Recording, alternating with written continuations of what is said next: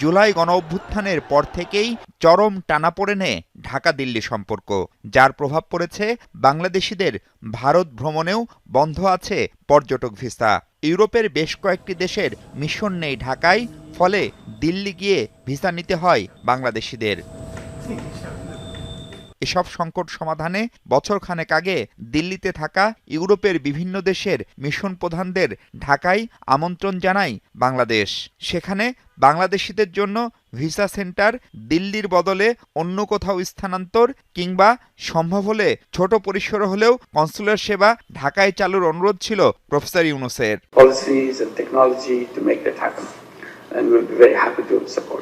এক বছর পেরোলেও সেই সংকটের সমাধান তো হয়নি, বরং তা বেড়েছে আরও। সরকার বলছে ঢাকার পক্ষ থেকে অনুরোধ জানানো অব্যাহত থাকলেও বাস্তবতা ভিন্ন। আর ভিসা না দেওয়ার পেছনে ভুয়া কাগজপত্র সংকট আরও বাড়াচ্ছে বলেও জানান পররাষ্ট্র উপদেষ্টা। কাউকে কাউকে বলছে যে তোমাদের সাথে অনেক ভিসা আদান প্রদান হয়, তোমরা একটা ছোট্ট মিশন করো এখানে, অথবা বলছি যে অন্যান্য দেশে অ্যালাউ করো। যেমন কোনো কোনো দেশে অ্যালাউ করছে, কিন্তু সেই দেশেও তো আমাদের কারণেই ভিসা রেস্ট্রিকশন হচ্ছে। কাজেই রুকো যারা, সবার করো। কয়েকদিন আগে ইউরোপীয় ইউনিয়নের ১৯ জন রাষ্ট্রদূতের সঙ্গে আমার বৈঠক হয়েছে। এই প্রথমবারের মতো ইউরোপিয়ান ইউনিয়নের প্রায় সকল দেশের রাষ্ট্রদূতগণ একসঙ্গে ঢাকায় এসে সরকারের সঙ্গে বৈঠক করলেন। ইউরোপীয় দেশগুলোর মধ্যে যাদের ভিসা অফিস নয়াদিল্লিতে আছে, তাদেরকে ঢাকা বা অন্য কোনো প্রতিবেশী দেশে ভিসা অফিস নিয়ে আসার জন্য আমি অনুরোধ করেছি।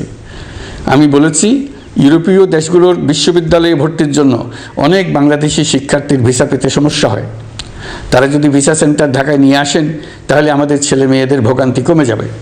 এছাড়া অর্থনৈতিক ও সামাজিক ক্ষেত্রে তাদের সহযোগিতার মাত্রা বাড়ানোর বিষয়ে আমি আলাপ করেছি।